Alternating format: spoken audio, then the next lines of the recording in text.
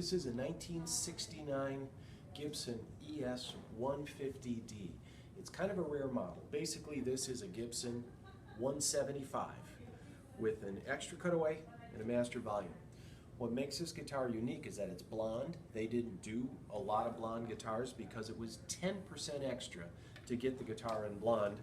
You can see it's original blonde because it actually has the white inside the F-hole to hide the end grain on it.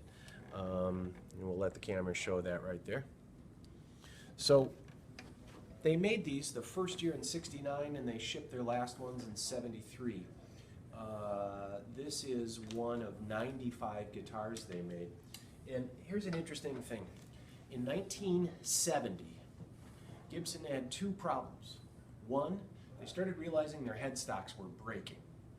So they added what's called a volute on the back of the headstock. And you can see that little bump in the headstock right there in this 70s guitar. And then the other problem they had was the influx of cheap Japanese imports. And it said back then that Japan was importing guitars to flood the marketplace with cheap guitars. So what they started doing is adding a Made in USA stamp. On this black guitar it's going to be hard to see, but there is a Made in USA stamp that is on the back of all 1970 guitars. So starting in 1970, what you see is Made in USA. Starting in 1970, you'll see a volute. This guitar has none of that.